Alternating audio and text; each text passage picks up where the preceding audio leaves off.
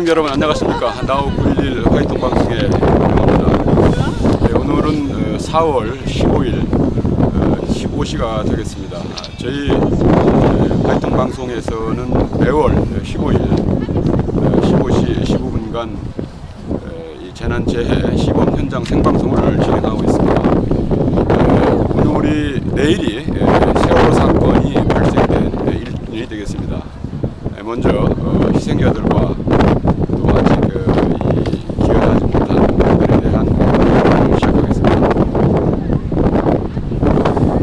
안타깝게도 1년 전의 일이지만은 우리 사회는 큰 충격을 받았음에도 불구하고 많은 변화가 없습니다. 특히 안전에 대한 구체적인 대응 방식이 상당히 미흡하다는 그런 판단하에 새로운 현상의 그런 말씀들이 있습니다. 오늘은 지난번에 방송 훈련했던 그런 부분들을 좀 반성할 필요가 있는데요. 지난 16일, 3월 16일 날 진행됐던 물방 훈련은 골든타임을 확보하는 길져주기 그런 이벤트를 추진을 했습니다. 그러나 실제 미리 예고를 하지 않고 통제를 안 하고 실시가 상당히 미흡한 그런 결과를 나타냈습니다. 바로 그것이 우리들의 현주소로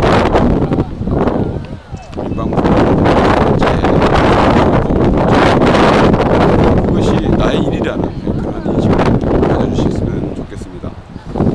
요즘에 이 황사가 많이 오는데요. 최근에는 비가 오는 바람에 황사가 좀 많았습니다만 황사에 대해서 어떻게 대비할 것인가 국민 안전처에서 국민 행동 요령을 설명해 드리겠습니다. 우선 황사 대비 방법은 가정의 식품 취급 장소에서는 노약자라든가 호흡기 질환자 등은 실내 환경을 실내 활동을 자제하고 또 창문을 닫고 가급적 외출을 삼가하되 외출 시에는 보호 안경이나 마스크를 착용하는 것을 잊지 말아야 되겠습니다. 또한 노출된 채소라든지 또 과일 등 농수산물을 충분히 세척해서 섭취를 하시고요. 식품 제조라든가 가공 조리 시 철저한 손 씻기가 실천이 되어야 되겠습니다. 마무리로 기계라든가 기기로 세척 등 위생관리 2차 오염 방지에도 만전을 기해줘야 되겠습니다. 학교 등 교육기관에서는 유치원과 초등학교의 실외 활동을 자제하고 기상예보를 고려해서 지역 실정에 따라 축소 검토하는 것이 바람직하다는 것입니다. 열람망을 점검해서 반드시 비상연락 체제가 구성해 주시고 각 실내의 방역이 감기 안젤동 환자는 조치를 하는 데는 방법을 또 축산이라든지 시설 원예 등 농가에서는 방목장의 가축은 축사 안으로 대피시켜 노출을 최소화하고요. 그 다음에 비닐하우스나 온실 및 축사의 출입문이나 창문을 닫는 것도 잊지 말아야 되겠습니다. 또한 야적된 사료용 건초, 볏짚 등은 비닐이나 청막으로 덮어서 보호해야 되겠습니다.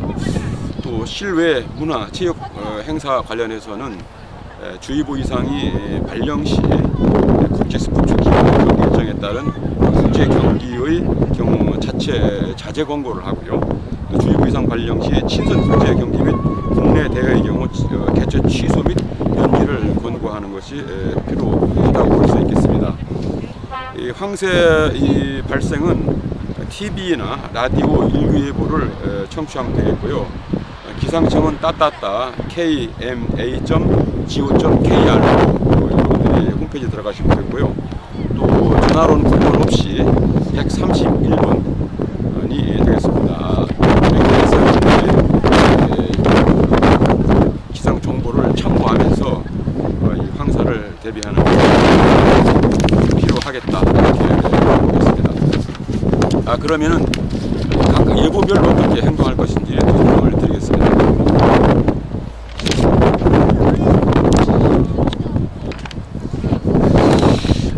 이 황사 예보 때는 가정에서는 텔레비전, 인터넷, 라디오를 통해서 기타 정보를 이제 확인을 하는 것이 필요하고요. 황사는 알레르기성 결막염이라든지 비염, 기관지 천식 등을 유발하므로 노약자 어린이는 가능한 한 외출을 자제해야 됩니다. 또 노약자나 호흡기 질환자 등은 그 실외 활동을 자제하고요. 귀가하면 손발을 깨끗이 씻고 또 채소나 과일은 더욱 깨끗이 씻어야 되겠습니다. 또 황사가 실내에 들어오지 못하도록 창문 등을 점검하고요. 실내 공기 정화기, 가습기 등을 준비하는 게 필요하겠습니다. 외출 시에는 보호 안경, 마스크, 긴 소매 의복 등을 준비를 하고요. 포장되지 않은 식품은 오염되지 않도록 위생용기 등에 넣습니다. 이 황사는 주로 중국에서 중국 북부나 몽골의 건조 황토지대에서 바람에 날려서 오다가 미세한 먼지로 변해서 대기 중에 터져서 하늘로 올다가 서서히 강화하는 현상으로 강화하는 흙먼지를 말하게 되겠습니다. 그래서 3월에서 5월에 많이 발생하고요. 때로는 상공에 강한 서풍을 타고서 한국을 거쳐서 일본, 태평양, 북아메리카까지 날아가는 그런 현상을 이제 볼 수가 있습니다. 학교교육기관에서는 기상청에서 발표한 기상예보를 분석해서요. 지역 실정에 맞게끔 휴업 또는 단축 수업을 신중히 검토를 하는 게 필요하고요. 또 아까 말씀드린 대로 이 비상연락망을 점검하고 또 휴업 조치 시는 맞벌이 부부 자녀에 대해서 학교에서 자율학습을 하도록 하고요.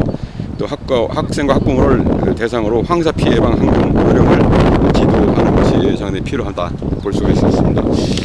축산시설 원외 이쪽에서는 이 운동장과 방목장에 있는 가축을 대피시킬 수 있도록 준비를 하고 또 노지에 방치 야적된 사료 법칙 등을 덮을 피복물을 준비하는 게 필요하겠습니다. 그 다음에 동력 분무기 등 황사 세척 장비를 점검하고 비닐하우스나 온실 등 시설물의 출입문과 환기창을 점검을 해야 되겠습니다.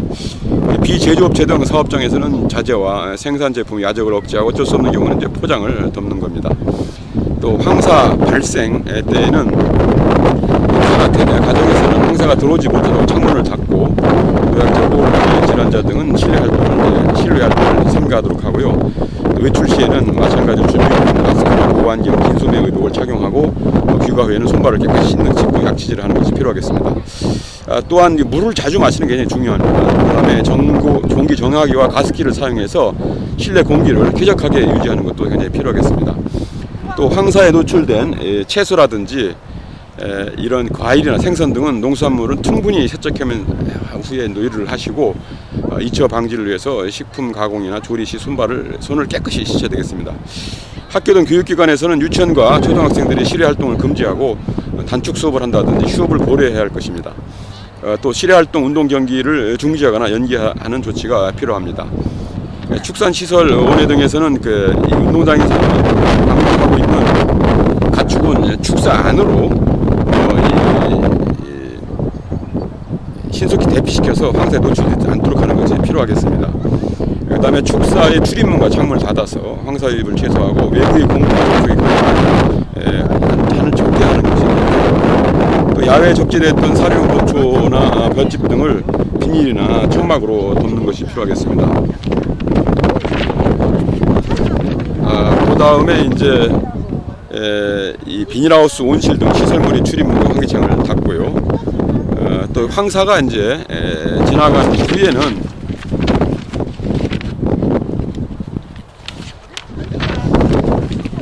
가정에서는 실내 공기를 좀 환기시켜주고 황사에 노출되어 오염된 물품을 충분히 세척하면서 해서 사용하는 것이 필요하겠습니다. 이 학교나 교육기관에서는 실내외를 청소를 하고 먼지를 제거하고요. 그 다음에 학생들이 건강을 살펴서 감기라든지 안질환이라든지 또 가려움증 등 환자들은 휴게하거나 일찍 기거시키고 전문의와 상의하도록 하는 것이 좋겠습니다. 또 황사 후 발생할 수 있는 전염병에 대한 예방접종을 하거나 식당 등에 대해서 소독을 할 필요가 있습니다. 또 축산 시설 원외 등에서는 비닐하우스 축사 등 시설물 방목장에 사료조라든지 가축과 접촉되는 각 기구류들을 씻고 또 소독을 할 필요가 있습니다. 황사가 끝났더라도 2주일 동안은 진료 관찰하는 것이 필요하고요. 구제액 등의 증세가 나타나는 가축이 발견 즉시 신고를 해야 되겠습니다.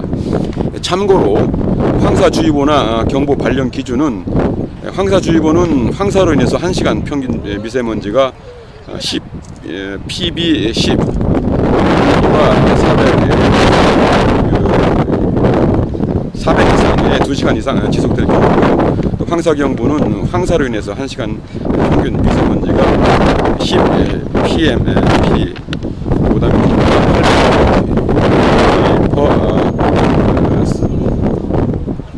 입방미터 이상 2시간 이상 지속될 경우가 예상이 될 때 경보를 발휘를 하도록 하겠습니다. 황사가 지난 후에 그 방송 매체를 통해서 이 동향을 이제 청취하고요. 그 다음에 TV나 라디오의 일부를 청취하는 게 좋겠습니다. 기상청 및 국립수의과학검역원 홈페이지를 통해서 향후에 이후의 예보들을 살피는 것이 굉장히 중요하다고 이제 볼 수가 있겠습니다.